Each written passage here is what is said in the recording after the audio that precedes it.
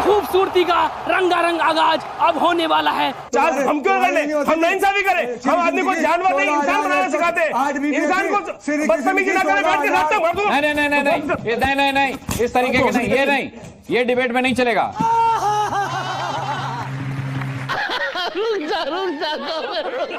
तो भैया देखा, आजकल न्यूज चैनल कुश्ती का अखाड़ा बन गया है, क्योंकि टीका टोपी वाले दोनों धर्मगुरु बीच डिबेट में ही एक दूसरे के कान के नीचे बजा रहे हैं।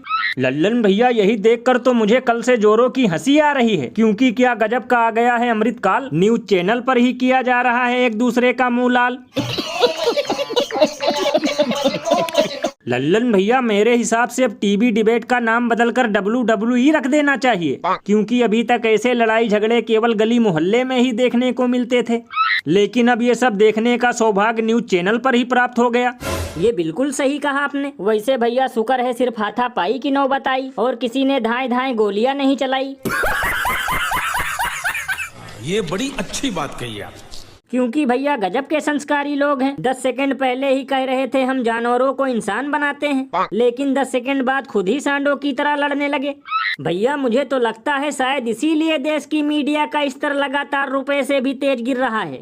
लल्लन भैया इसीलिए तो लोग घनघोर बेइज्जती करते हुए ये कहते हैं कि जब धर्म देखकर खरीदे जाएंगे सेब और केले, तो जाहिर सी बात है ऐसे उगेंगे कड़वे करेले। और अभी तो रुको, क्लाइमैक्स अभी बाकी है। जब वापस आए उस दिन दशहरा था। दशहरा माने 10वीं की तिथि थी। 10वीं की तिथि में राम मारा गया। ये सब क्या देखना पड़ रहा है? अच्छा है मैं अंधा हूँ। तो भैया सुना, लगता है अमृतकाल में बीजेपी वालों ने अपनी एक अलग से ही रामायण की पुस्तक लिख डाली है, क्योंकि बीजेपी विधायक पुरंदर मिश्रा का कहना है कि 10वीं वाले दिन रावण नहीं बल्कि राम जी मारे गए थे। तब तो लल्लन भैया ये सब सुनकर मणिपुर वाले भी जोर जोर से हंस रहे होंगे, क्योंकि जो राम को लाए थे अब उन्होंने ही राम जी का राम नाम सत्य कर दिया। अरे बाप रे, ये तो धोती खोल रहा है। बताओ, घोर कलयुग आ गया है।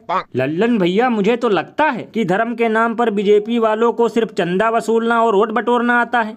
बाकी धर्म का ज्ञान इन लोगों को 56 ग्राम भी नहीं है, क्योंकि सुबह शाम हिंदू जगाने वाले खुद सोए पड़े हैं और इन्हें ये तक पता नहीं कि आखिर महाभारत और रामायण में हुआ क्या था।